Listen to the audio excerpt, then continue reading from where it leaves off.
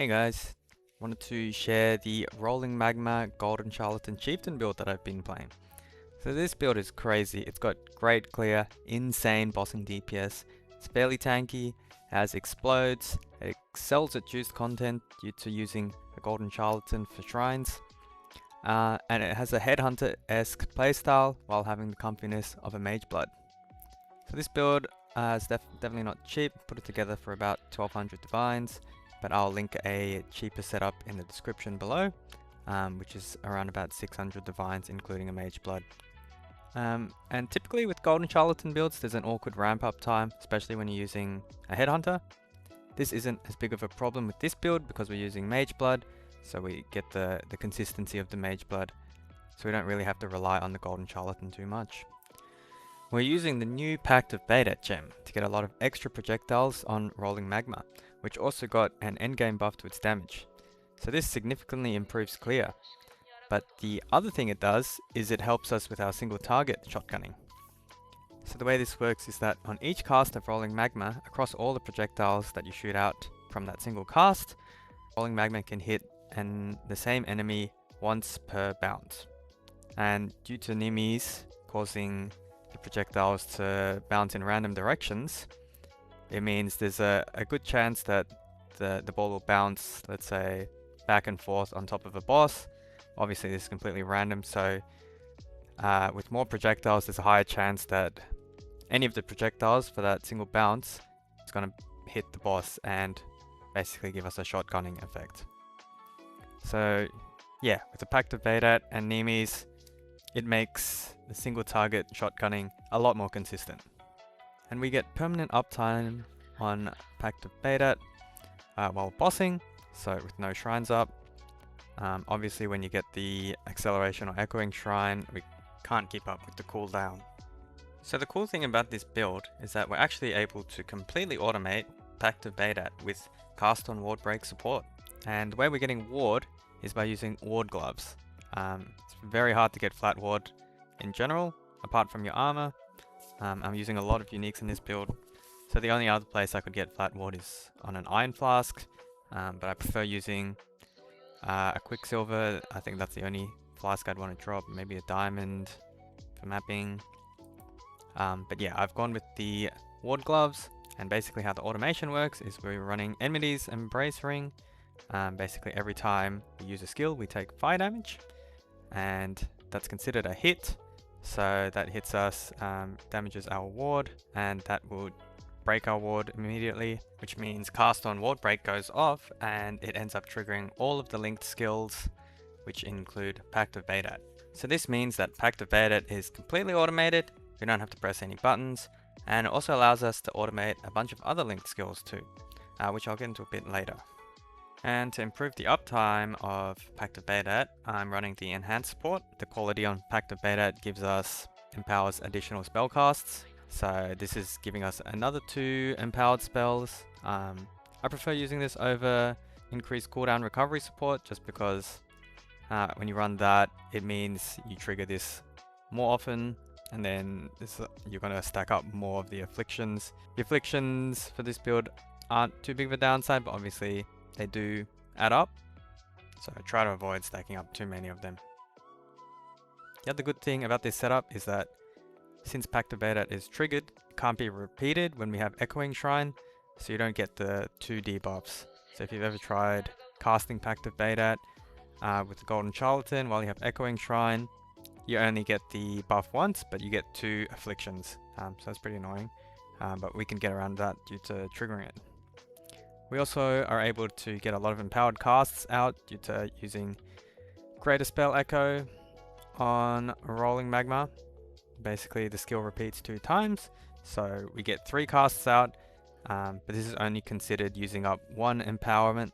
So yeah, we can basically cast Rolling Magma 30 times before Pact of Beta runs out, and yeah, it's pretty much just permanent uptime.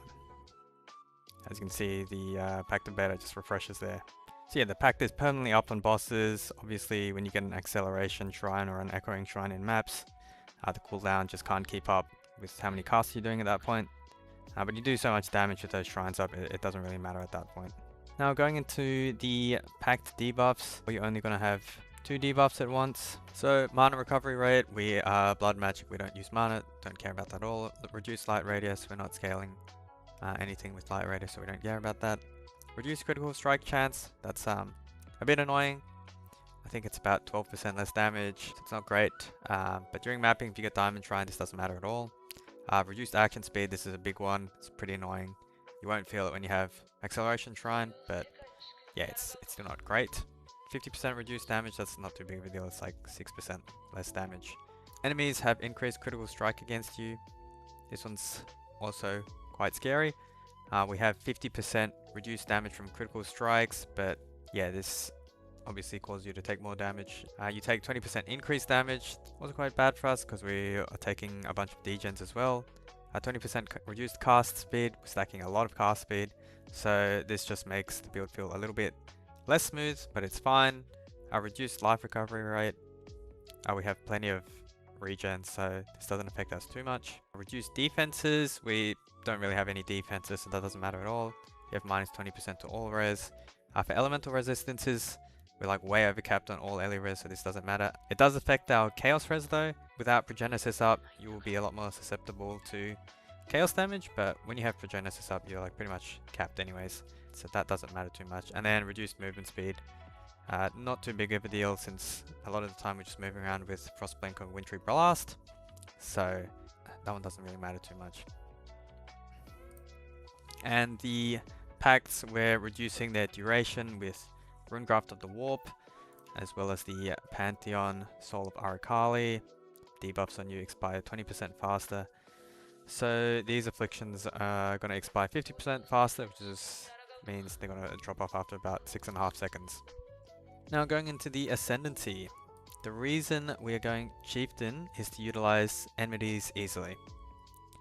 So what enmities does is damage penetrates fire resistance equal to your overcapped fire res up to a maximum of 200%.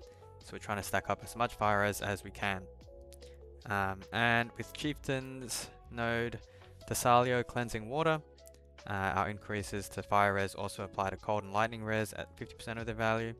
So it means we don't really have to put any cold or lightning res into the build. We can just pump up our fire res and all of our other elemental resistances are going to get solved. And the way we're getting a bunch of fire res in this build is taking a few fire res tattoos, but mainly it's via these cluster nodes on the tree. Just giving 9% fire res each, taking 10 of those, and then obviously the ruby flask with the mage blood, giving us like almost 80% fire res there. But since we don't really need res suffixes on our gear, it frees up our build to take a ton of uniques. So our whole build is like basically all uniques except for the glove slot. The other way we're scaling fire res is by using the fire mastery, regenerate 1 life per second for each 1% uncapped fire res. So currently our uncapped fire res is 327, which means we're getting a flat value of 327 life regeneration. Also scaling life regeneration with Rational Doctrine for Consecrated Ground and on the Mage Blood Flask. So with all this regen, it allows us to run Righteous Fire for a massive 40% more spell damage, and we're using the Annihilation's Approach unique boots, which gives us Adrenaline. We take 6,000 fire damage per second, but with a bunch of regen and 90% fire res, it's not too big of a deal. So obviously Chieftain also allows us to cap out our max elemental resistances pretty easily. We just need to cap out fire res and lightning and cold also get capped out, and the way we're doing that here is just with ruby flask, purity of fire, and yeah, barbarism notable here. That gives us a total of 15% plus max fire res. And the other thing with Enmity's Embrace is there's a big downside on the ring, 65% reduced fire resistance. This is to make it a lot more difficult to stack up fire res for the ring. But we're able to offset that with the Foulborn Skin of the Lords, which gives us 50% increased elemental and chaos resistances. So this is additive with the reduced mod here, which means overall we're only getting 15% reduced fire res. So it means that stacking fire res is fairly easy, and also makes getting Chaos Res a lot easier too, since we're quite limited on gear suffixes. Finally, we're using the Chieftain Explode node. In my opinion, it's the best explode in the game. It definitely helps with clearing juiced maps. And there's no other really useful Ascendancy node, so we're going with Farrell's Hunt Leader Bloodline node, which just gives us increased cast speed and increased critical strike chance if we've crit. So, in terms of scaling offense, the number one scaler is enmities, of course. We're penetrating 200% fire res. As I mentioned before, we have Righteous Fire, which is 40% more damage. Adrenaline from Annihilation's Approach, which is like 100% increased damage, 20% increase cast speed. We're also running Pain Attunement, which is a vestigial implicit. And since we're always on low life, that's giving us another 30% more spell damage. We also scale up the Rolling Magma gem levels by quite a lot. So level 21 base, the skin gives us +2. And we have a level 4 Empower here, which gets another +2, so that gives us +5. So yeah, we get a level 28 Rolling Magma skill level. We also have permanent Pact of Beta uptime, which gives us 35% more damage with hits. And the other big thing is using the intensity package. So with projectile spells, we use pinpoint support. So each level of intensity we have, we're getting 20% more damage with hits. So stacked up to 3, we're getting 60% more damage. And then with overloaded intensity, we're getting 2.1% critical strike chance per overloaded intensity and 67 crit multi per overloaded intensity. So at 3 stacks of that, we're getting 6.2% base crit and like almost 200% critical strike multiplier. And the way we're stacking up intensity and overloaded intensity, because overloaded intensity requires us to lose intensity 6 times to gain 1 stack. The easiest way we do it is with the Nadir mode unique jewel. So spells which have gained intensity recently lose 1 intensity every 0.5 seconds. So you can see I'm just standing still, and then the intensity stacks is jumping between 2 and 3, so mostly at 3, and then overload intensity is going up. The problem with just using Nadir mode is, yeah, without enough cast speed, it's pretty hard to get the intensity to go all the way up. So I am using it with Apex mode, which is another unique jewel. Spells which have gained intensity recently gain 1 intensity every 0.5 seconds. So this pretty much just cancels out the effect of Nadir mode while still counting as losing intensity, so that we can stack up overloaded intensity.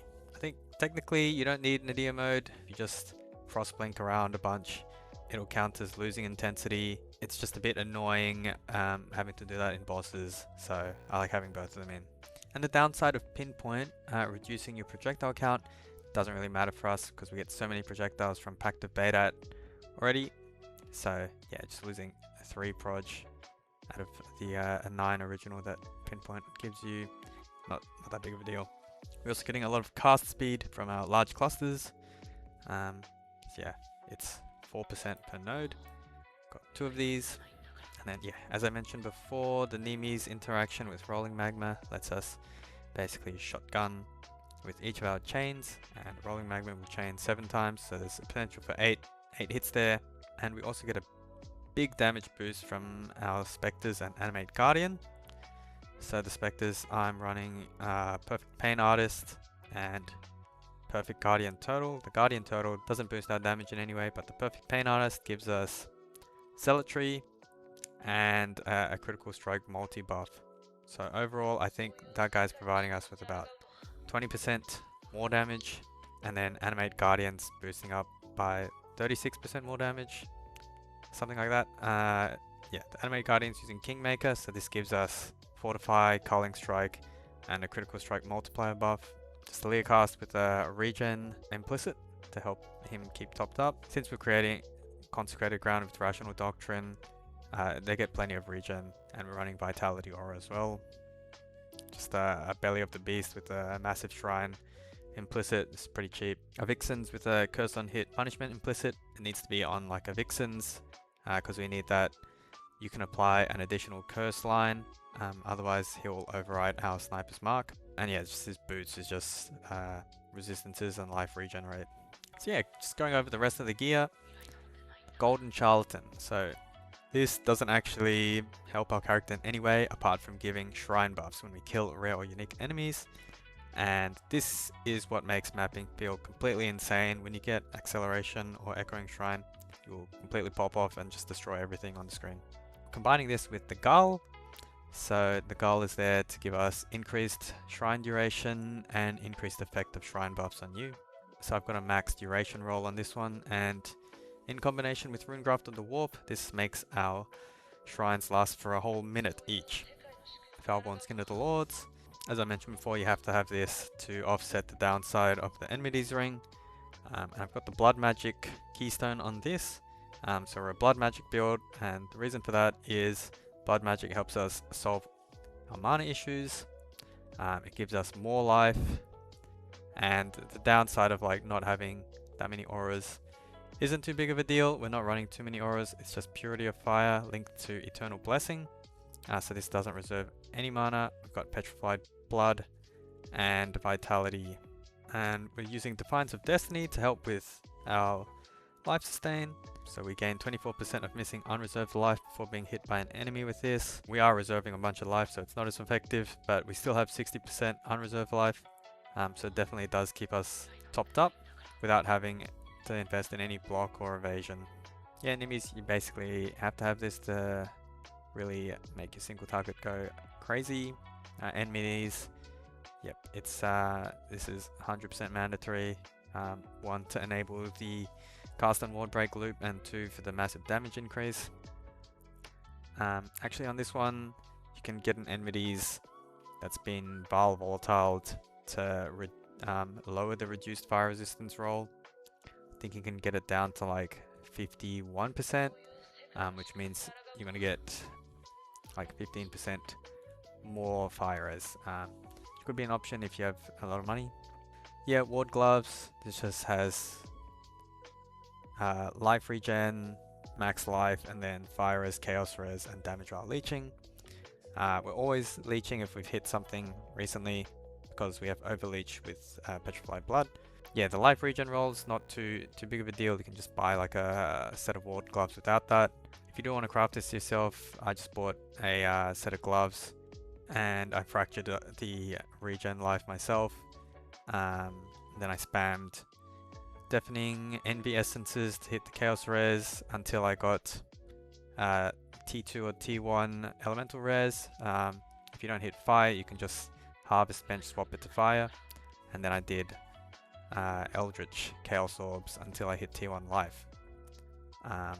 And then if your prefixes are full, you can just Eldritch Null with the boat and try and get rid of the other mods that aren't life, and then you just craft on the increased damage while leeching. For a belt, obviously we have Mage Blood. I think this is mandatory for the build, just to keep up Ruby Flask and Silver Flask. And Diamond Flask, yeah, obviously a big damage increase. Annihilation's Approach, we have this one with a +1 max endurance charge implicit, so that helps us with our tankiness because we're able to sustain max endurance charges all the time. I'll get into that a bit later, but yeah, it also gives 30% movement speed, cannot be chilled, cannot be frozen, and we can get adrenaline with the Flame Touch buff. And for flasks, Progenesis, this combined with Petrified Blood gives us a lot higher EHP pool. Ruby Flask with Regen Life per Second suffix, Silver Flask with Avoid Being Shocked, this gives us our shock immunity. Quicksilver Flask with Crit Chance, and then Diamond Flask with Avoid Stunned. Not entirely sure if you need the Avoid Stunned, you can probably swap that suffix off for something else if you really wanted to, but it obviously helps make the build feel really smooth. I'm not going to get stunned while casting at all. And yeah, just going over the gems. In the weapon I have the Cast on Ward Break set up. So we've got Convocation for our AG and Spectres.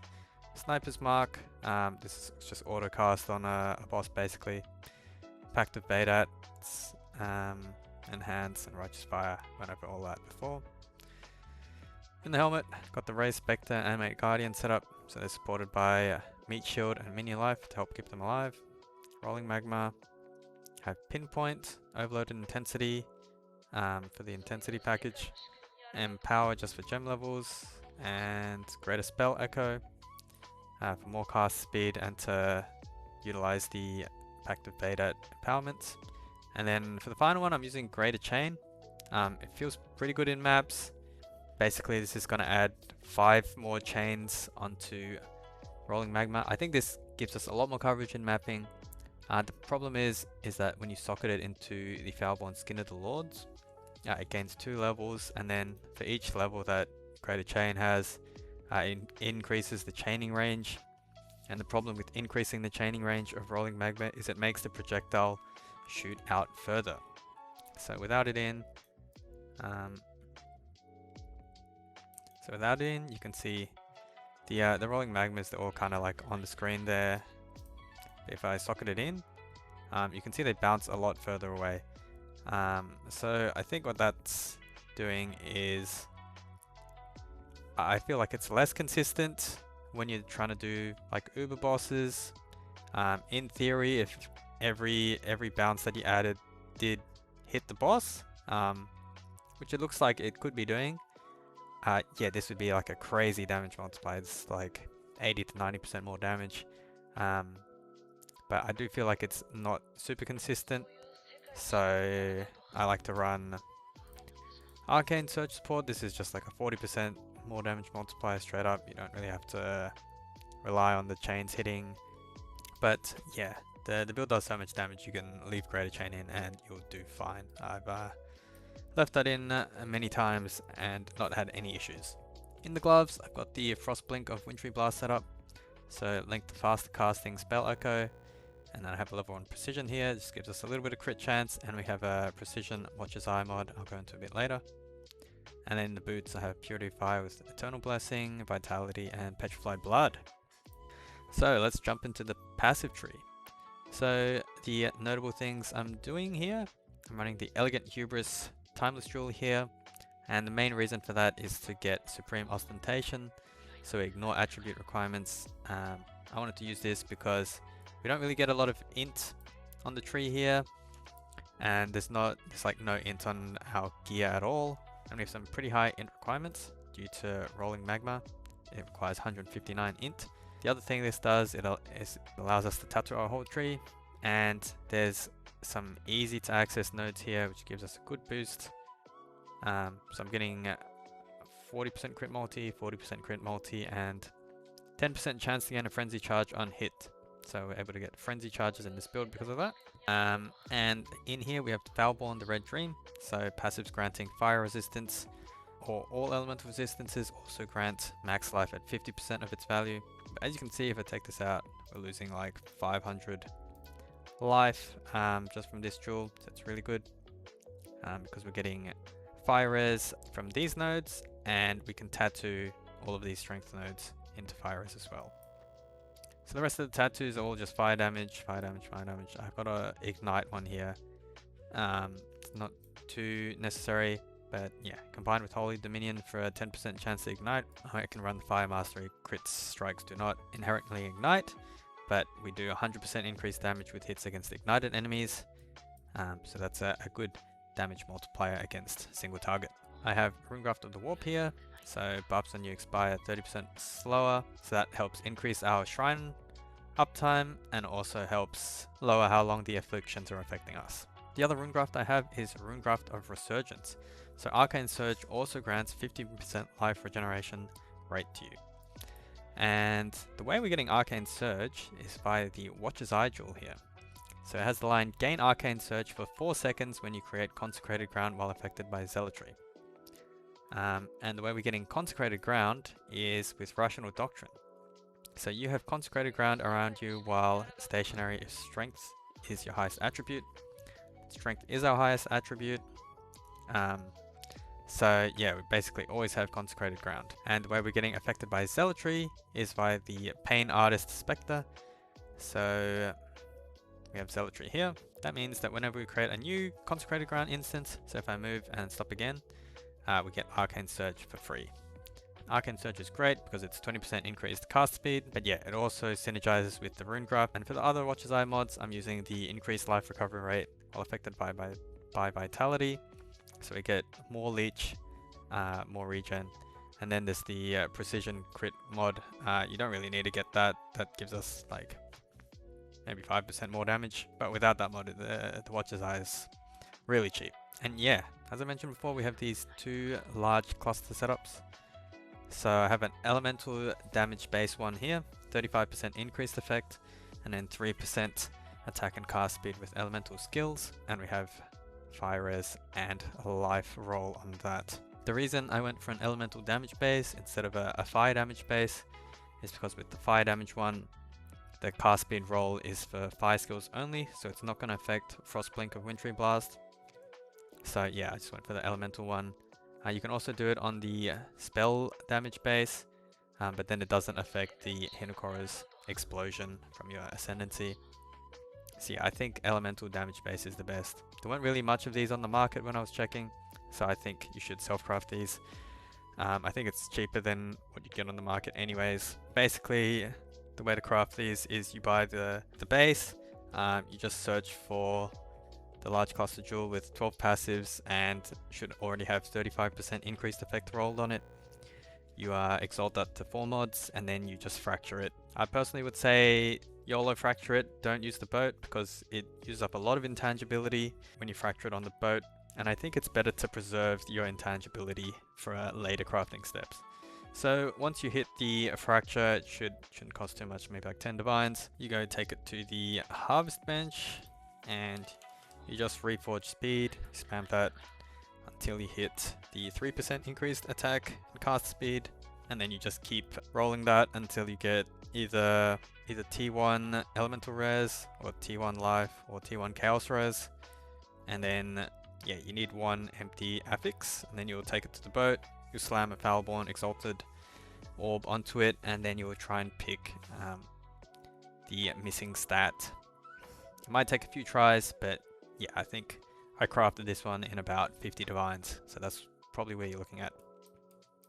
The other one is just a 8 passive one. The reason I'm doing that is I saw one on the market for like 3 divines, so I just sniped that up. And yeah, obviously you'd want like 5% chaos res, but I think it's very difficult to hit the chaos res roll. So I'm pretty happy with this, but yeah, obviously if you can't get that, you can sacrifice a bit of life. But you definitely want the cast speed roll on that. Going into the medium clusters, we're just getting Titanic Swings and Towering Threat on all of these medium clusters. It's just for AoE and some life. The AoE is very important because when you shoot Rolling Magma, when it bounces, it creates a little AoE effect. So the more AoE we have, the higher chance those bounces are going to hit a boss in a single target situation, and therefore shotgun. Same medium cluster jewel here, and then we have a Megalomaniac here to get Enduring Composure. So you gain 1 endurance charge every second if you've been hit recently, and since we're constantly self-hitting due to Enmity's Embrace, this is always going to give us max endurance charges. Then we have just some Fatal for more life and Corrosive Elements for a bit more damage. And yeah, the other thing I forgot to mention is on Defiance of Destiny, I've anointed Vampirism for some recoup. So recoup works really well with Petrified Blood and Progenesis, and then Recover Life on kill. This is really good for mapping, especially in juiced content, but if you don't really feel like you need this, I'd recommend anointing Vigor down here for +1 max endurance charges. This gets your Fizz max hit up quite a bit. And yeah, going into defenses, Petrified Blood and Progenesis, as I mentioned before, it gets our max hit up by quite a lot. We offset the life loss with lots of recovery. So right now I have 2000 life regen. We have Leech as well, and this allows us to offset the degen from Approaching Flames from the boots and RF. I think it's about 1.3k net regen after the degens come into play. We also get Overleech due to Petrified Blood, since we're never capping out our unreserved life due to Petrified Blood. Yeah, the leech instances will just continue going until they expire. And other recovery, the Defiance of Destiny, as I mentioned before. We also have 6 endurance charges, and this fully stacks up. 90 max Elires. We have about 50% flat physical damage reduction, so we're getting 24% of that from endurance charges. We're getting 10% of that from adrenaline. We're getting 5% from the turtle buffing us, and then we also have the Pantheon node. 1% additional physical damage reduction for each hit you've taken recently, up to a maximum 5%. As I said before, we're always self-hitting, so this is basically capped out at 5% all the time. The turtle also gives us a bit of armor, but 3000 armor, it's basically nothing. Our Animate Guardian's also giving us 10 fortification stacks. We have a bunch of life. I think when I hit level 100, I'll be over 6k for sure. Chaos Res is a little bit low, we're on 46%. Normally, when we have Progenesis up, it goes up to 99%. But yeah, it's not the greatest. If Progenesis is down, we have 50% crit reduction. That's from the Armor Mastery here. And we got 4 tattoos there. We also have 67% reduced effective curses on us. That's because of Consecrated Ground. By default, it gives us 50% reduced effective curses on you. And then this life node also gives us 25% increased effective Consecrated Ground. So that boosts up that reduced curse effect on us. We're also freeze and chill immune from the boots. Ignite immune due to this Chieftain Ascendancy. And we're shock immune from the flask here. But yeah, I've been having a blast playing this build. Hope you enjoyed, and I'll catch you all later.